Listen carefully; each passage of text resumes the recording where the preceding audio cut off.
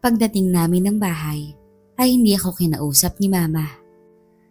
Kahit na nagmano ako sa kanya, hindi pa rin niya ako kinausap. Rudy, handa na yung pagkain dyan. Kumain ka na. Pati ang isa dyan. Saad nito kay Papa at umalis na ito ng bahay. Ay, hayaan mo na lang muna yung mama mo. Saad ni Papa sa akin. Kumain na kami ni Papa nang biglang dumating naman si Dominic. Kuya! Tawag nito sa akin. O Dom, tara, kain tayo. Yaya ko sa kanya. Hindi, busog pa ako. Saad nito na nagmano naman kay Papa. Napadaan ka? Tanong ni Papa sa kanya. Eto palang gamot kuya. Inabot sa akin ni Dom. Ano to? Tanong ko naman sa kanya. Bagong gamot yan na inapprove ng DFA. Para sa hita mo yan. Talaga? Oo, rebuild ng muscles mo yan. Kaya inumin mo yan twice a day. Saad ni Dominic sa akin. Salamat Dom. Wala yun. O sige na, mauuna na ako. Paalam nito. Hindi ka magtatagal? Hindi na, kailangan ako sa ospital. Saad nito at matapos magpaalam ay umalis na ito. Mabuti ang kapatid mo, iniisip ka. Saad ni Papa sa akin. Oo nga po eh. At tinignan ko yung gamot na binigay sa akin ni Dominic. Matapos kaming kumain, ako na ang naghugas ng mga plato. At pagkatapos ay nagpaalam na ako kay Papa. Naaakyat na ako sa kwarto ko dahil inaantok pa ako. Tumango naman ito kaya umakyat na ako sa itaas. Nakita ko na uli ang daddy kong kama at nahiga. Papikit na sana yung mga mata ko nang tignan ko ang aking cellphone dahil baka nagme-message o tumatawag na si Chelo sa akin. At maya-maya lang ay nakatulog na ako. Nagising ako sa tunog ng cellphone ko. Antok na antok ko pa itong sinagot. Hello? Babe. Saad nito sa linya, kaya nagising ako. Babe, nakarating na kayo ng Barcelona? Tanong ko sa kanya. Oo, dumiretso kami dito sa ospital galing airport. Kamusta na si Papa? Stable na yung kondisyon niya. Under observation na siya ngayon. Ang mga bata, kamusta? Nasa villa, dinala ni Ate Divina. Pinasama ko na lang kay ate para makapagpahinga na rin ng maayos. Sumama ka na lang sa kanila para makapagpahinga ka rin ng maayos. No, I'm fine. Worried lang ako kay Papa kaya dito muna ako. Babe, remember may mga doctor at nurses dyan na mag-aalaga kay Papa. Baka ma-overfatigue ka. Paalala ko sa kanya. I'm okay, babe. I really am. I'm worried about you. Kaya as much as you can, magpahinga ka, okay?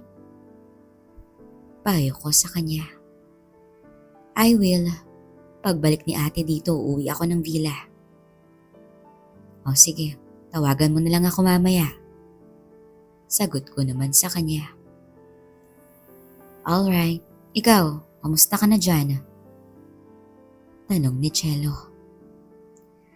Maayos naman ang pagdating ko rito kagabi. Pinaalis ng barangay ang mga taong nakaabang sa may tulay kagabi. Kwento ko sa kanya. Talaga? Oo, at nakatulog na rin ako ng maayos habang naghihintay ng tawag mo. That's good. So, anong plan mo today? Magpapahinga na muna ako sandali, then gagawa ako ng statement para bukas sa work. At tatawagan ko na rin ang principal nila Ken at Francine para makapag-excuse sila ng 1 linggo sa classes nila. That's good. Just update me. Okay, baby?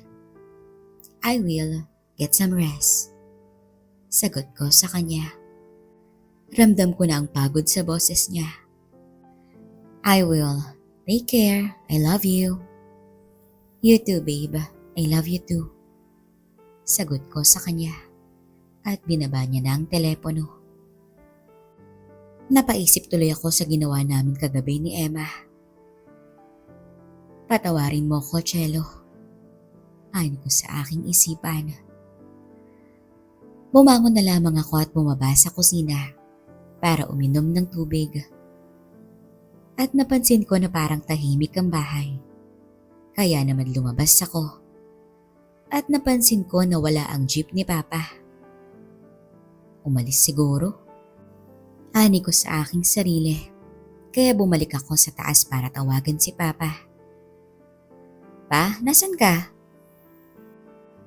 Nasa mall kami ngayon. Kasama ko ang mama mo. Ganun ba? Oo, bakit anak? May kailangan ka ba? Wala po. Tumawag na nga po pala si Chelo kanina. Nasa Barcelona na sila ngayon. Kamusta na si pare? Mabuti-buti na po. Under observation pa lang ngayon. Yung mga bata naman nasa villa na ni Papa at nagpapahinga. Si Chelo naman, kamusta na siya? Stress. Binabantayan niya ngayon si Papa Miguel. Pero uuwi na rin yun ng villa pagdating ni Ate Divina sa ospital. Kwento ko kay Papa. Mabuti naman kung ganun. Pinapasabi nga pala ng mama mo, kung nagugutom ka, may iniwan raw siyang pagkain sa mesa. Sabihin niyo po salamat. Alam mo naman ng mama mo, kahit galit to, hindi tumitigil ang pagiging nanay nito. Saad ni Papa. Ano yon, Rudy? Narinig ko sa background si Mama. Wala. Sagot naman ni Papa. Nanatawa na lang ako. Sige pa, salamat po. Sige anak, uuwi na rin kami pagkatapos rito. At binaba niya na ang phone. Narinig ko naman na may nag-doorbell sa labas. Kaya sumilip ako sa bintana sa kwarto ko. At nakita kong nakatayo sa labas si Emma. Napaisip ako ng sandali kung pagbubuksan ko ba siya o hindi. Pero panay ang pindot nito ng doorbell. Kaya bumaba na lang ako at lumabas ng bahay. Nakangiti ito nung binuksan ko ang gate.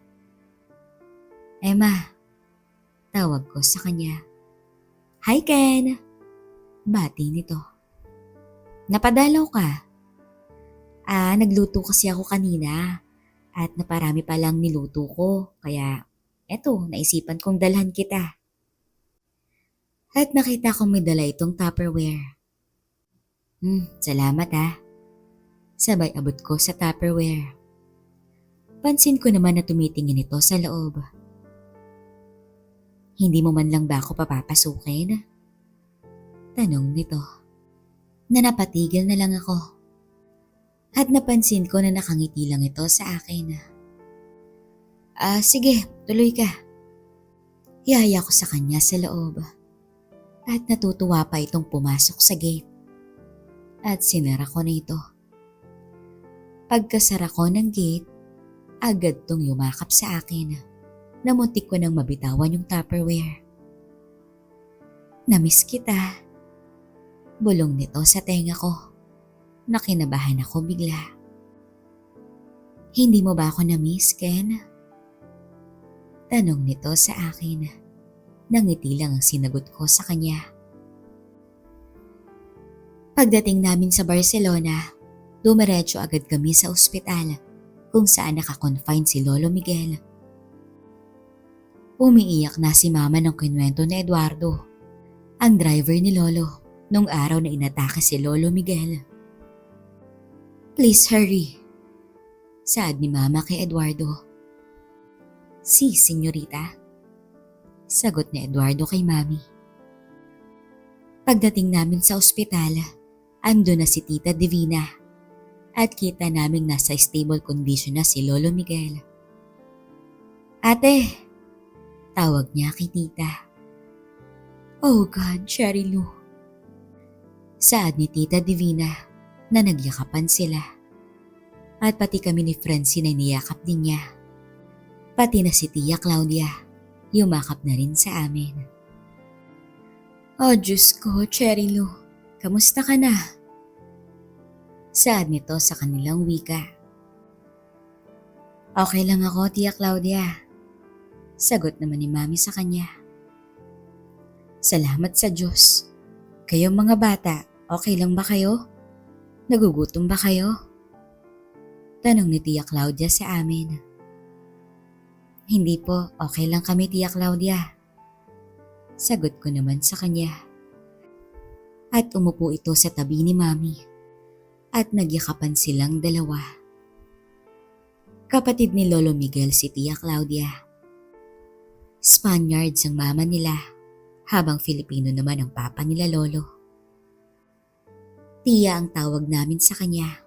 Dahil ayaw niya magpatawag sa amin ng abuela o lola sa Tagalog. Dahil feeling daw niya matanda na siya kung ganun daw ang itatawag namin sa kanya. OFW si Lolo Anthony noon nung nakilala niya si Lola Isabela. Nung una, ayaw ng mga magulang ni Lola Isabela si Lolo dahil nagtatrabaho lang ito sa vineyard nila bilang taga-harvest ng mga grapes. Pero kalaunan, pinakita ni Lolo Anthony sa kanila ang kabutihan niya at ang pagmamahal niya kay Lola Isabela. At nabuntis na rin niya ito, kaya hindi na sila tumutol. Dalawa lang ang naging anak nila. At yun sina Lolo Miguel na panganay at si Lola Claudia. Sila na ang namahala sa vineyard nung pumanaw ang mga magulang nila Lola Isabela. At itong si Lolo Miguel na gustong makasalimuha ang Filipino heritage niya. Bumiyahe ng Pilipinas at doon niya nakilala si Lola Marites.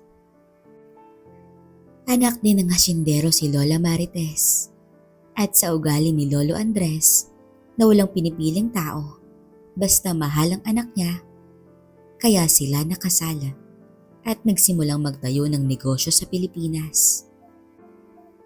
At ngayon na ang negosyong dinadala ni Mami. Kenneth, sumama na kayo sa Tita Divina nyo at umuwi na kayo sa villa. Utos ni Mami sa amin. I want to stay with you, Mami. Saad ni Francine. No baby, sumama ka na sa Tita Divina mo para makapagpahinga ka. Saad ni Tia Claudia sa kanya na nakita ko naman na napabugnot ito dahil gusto niyang magstay sa ospital. Baby, don't be hard-headed. Saad ni Mami sa kanya. Kaya pumayag na rin ito. Babalik ako mamaya, Chelo. Saad ni Tita Divina kay Mami. Alright, ate. Nagpapahid na ng luha si Mami. Niyakap namin si Mami at si Tia Claudia at umalis na kami. Hinatid kami ni Eduardo sa villa ni Lolo Miguel at sinalubong naman kami ng mga tauhan ni Lolo. Kenneth! Tawag sa akin ni Lita, na isang Filipinang tinulungan ni Lolo Miguel dito sa Barcelona. Yaya Lita! Tawag ko sa kanya. At niyakap ako nito. Siya yung naging yaya ko rito nung kakapanganak pa lang sa akin ni Mami. Diyos ko, okay lang ba kayo?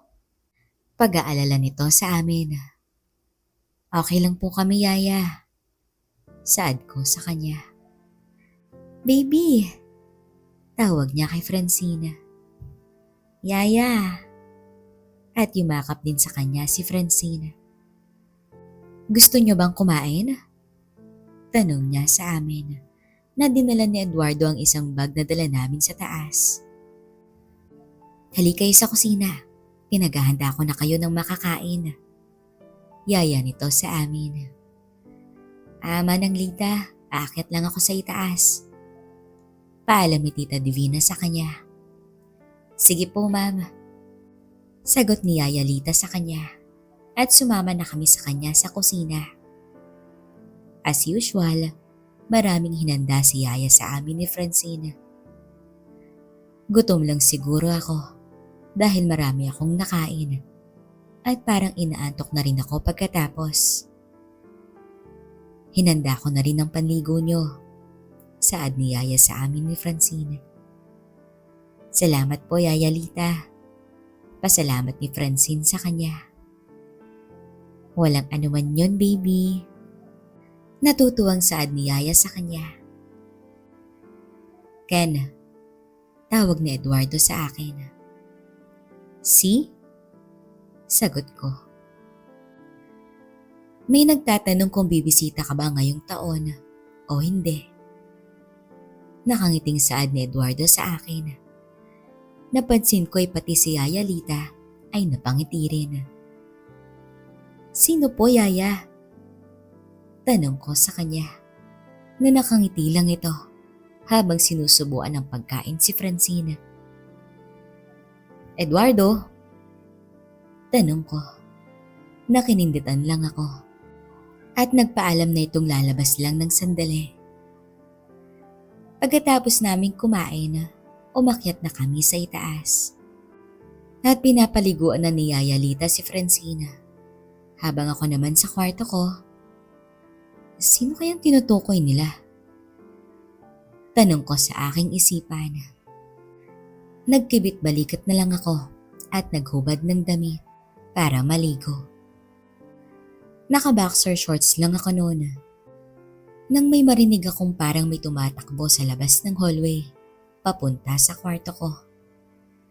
At sa gulat ko, nabitawan ko ang tuwalyang hawak ko nang biglang bumukas ang pintuan ng kwarto ko. Nakita kong hingal na hingal itong nakatingin sa akin at tila kanina pa ito tumatakbo papunta rito. Kenneth!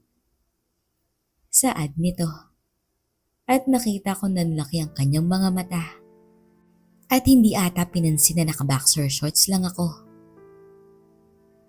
Esmeralda!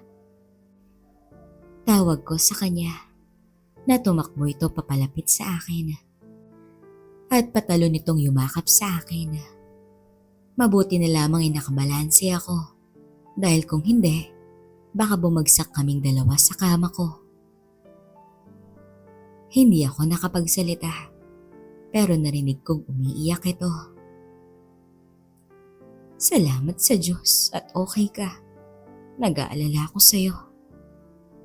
Salita niya sa kanilang lengguwahe. Napangiti na lang ako nung tinignan niya ako. Oh Esme, saad ko sa kanya. Nabigla na lang niya akong tinulak at tumalikod ito sa akin. Diyos ko, nakakahiya. Bakit wala kang saplot? Loko ka? Bigla nitong saad sa akin. Napadampot tuloy ako sa tuwalya ko. Ikaw kaya tong biglang pumasok sa kwarto ko? Tinagalog ko siya. Dahil alam kong nakakaintindi rin siya ng Tagalog. Dahil tinuruan nito ni Yaya Lita. Yun lang ang sabi nito. Saka to lumabas ng kwarto. Kaya napakamot na lang ako sa aking ulo. At biglang dumungaw sa pintuan si Eduardo. Ken, may bisita ka? Saad nito sa kanyang lengguwahe. Napangiti na lang ako sa kanya at natatawa na rin ito. Pagkatapos kong maligo, bumaba na ako sa sala at nakita ko si Esmeralda na naghihintay sa akin. At nung makita niya ako, tumayo ito. At parang nahiya pa itong hindi makatingin sa akin. Di ko kasalanan yon, saad ko sa kanya. At napansin kong nag-blush ito. Kenneth, yung nahihirapan itong magtagalog. Okay lang yun. Saad ko sa kanya na lumapit ako sa kanya. At bigla uli ako nitong niyakap. I miss you. Saad nito sa akin na napayakap na rin ako sa kanya. Di mo ba ako na-miss? Tanong niya na napatingin ako. At ngiti lang sinagot ko sa kanya. Meanwhile, Aldwin, tingnan mo sa taas kung ano nang ginawa ni Boy dun kay Lisa. Utos ni Pablo sa kanya. Hayaan mo na lang muna yung dalawa. Patagal-tagal na rin hindi nakadali ng babae si Boy. Saad ni Aldwin sa kanya. Loko ka? Hindi mo ba naalala kung anong dahilan kaya nakulong ang taong yon? Paalala ni Pablo kay Aldwin na nagmamadali itong tumayo at naglakad papunta sa itaas. At pagbukas ng pinto ni Aldwin, nagulat na lang itong nakabulagta sa gilid ng kama si Boy at parang nawalan nito ng malay. Boy!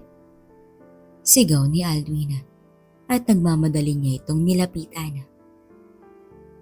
Kita niya ang mukha ni Lisa na puno ito ng dugo. Shucks! Hoy, Boy! Boy! Anong nangyari? Saad niya habang ginigising niya si Boy. Pablo! Pablo! Tawag niya sa kasamahan niya na nagmamadali itong umakyat sa itaas. At nagulat din ito nung makita niya ang sitwasyon sa kwarto. Anong nangyari? Tanong nito kay Aldwin. Hindi ko alam. Tulungan mo ko. Tinulungan nilang itayo si Boy. At doon nila nakita na tumutulo ang dugo nito sa gitna ng hita nito.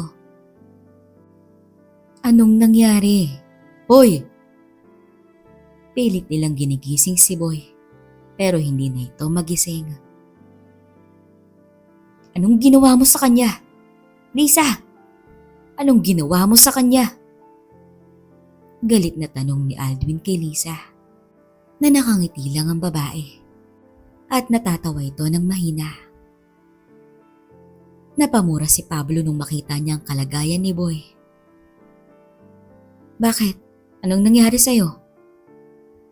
Tanong ni Aldwin sa kanya. Takte, putol. Saad ni Pablo. Nananlaki naman ang mga mata ni Aldwin nang makita ang ibaba ni Boy. Takte. Napamura din ito. Nararapat lang sa kanya yon. Mahinang saad ni Lisa sa kanila. Natatawa si Lisa sa ginawa niya. Dalhin natin sa ospital yan. Saad ni Aldwin kay Pablo. Pare, patay na to. Saad ni Pablo kay Aldwin. Nakita nila ang parte ng ibaba ni Boy na kinagat ni Lisa na nasa sahig. Loko ka kasi. Sabi kong wag mong iwan. Saad ni Pablo kay Aldwin. Wag ka nang marami pang satsat. Tulungan mo na lang akong linisin to. Galit na saad ni Aldwin kay Pablo. Sasampalin sana ni Aldwin si Lisa nang tignan siya nito ng masama at sinabing, sige, gawin mo yan. Pananakot ni Lisa sa kanya na hindi na tinuloy pa ni Aldwin at tinulungan na lang niya si Pablo na ligpitin ang katawan ni Boy. Samantala, Boss, pinapatawag niyo raw po ako? Tanong ni Diego sa kanya. Oo, ihanda mo yung kotse. Aalis tayo. Sige po, boss.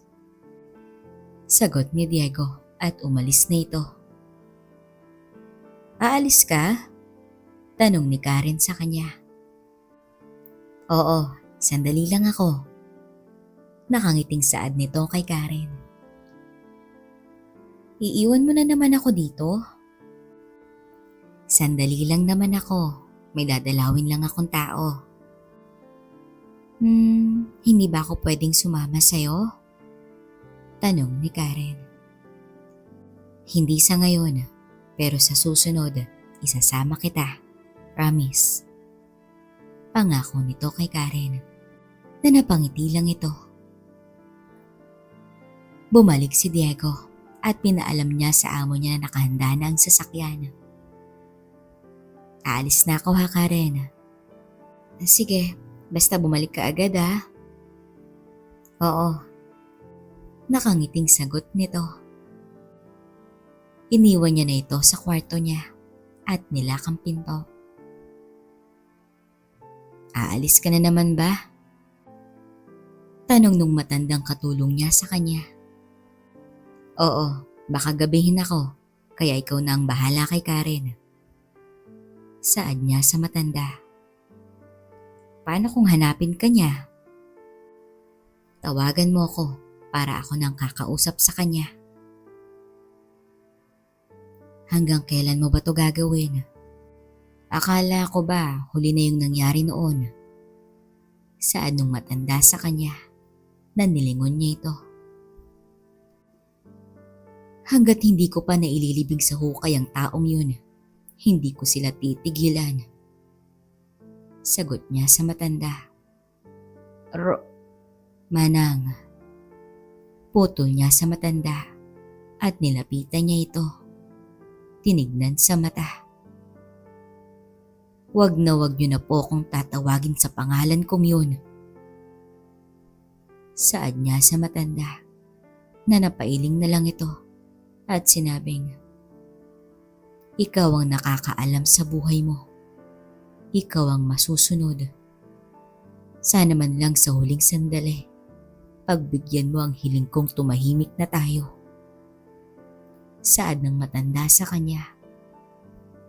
Tumalikod na ito at naglakad papunta sa hagdanan. Darating tayo dyan, Manang, kung nailibing ko na sa hukay si Ken, kasama ang batang yun. Saad niya sa matanda.